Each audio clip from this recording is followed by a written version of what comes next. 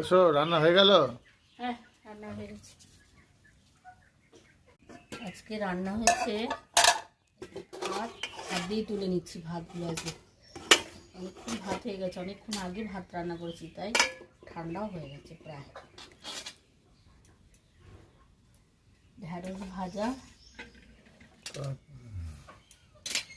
আর এটা মাছের তেলটা, এই যে জ্যান্ত মাছের তেলটা ভেজেছি, ওটা দেবো পরে।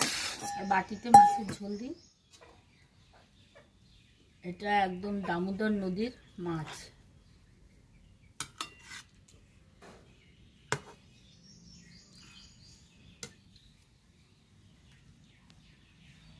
গরম, প্রচন্ড গরম, প্রচন্ড।